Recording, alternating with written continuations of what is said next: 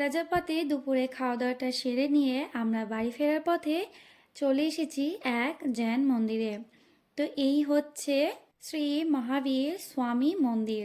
তো চলো তোমাদের মন্দিরের ভেতরটা দেখিয়ে দিই। মন্দিরটা ভীষণই সুন্দর, আর মন্দিরের প্রতিটা কাজ দেখো খুবই নিখুঁত, আর সঙ্গে সুন্দর সানসেট।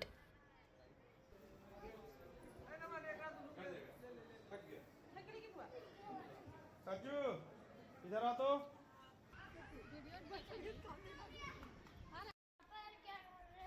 মানে ওখানে থেকে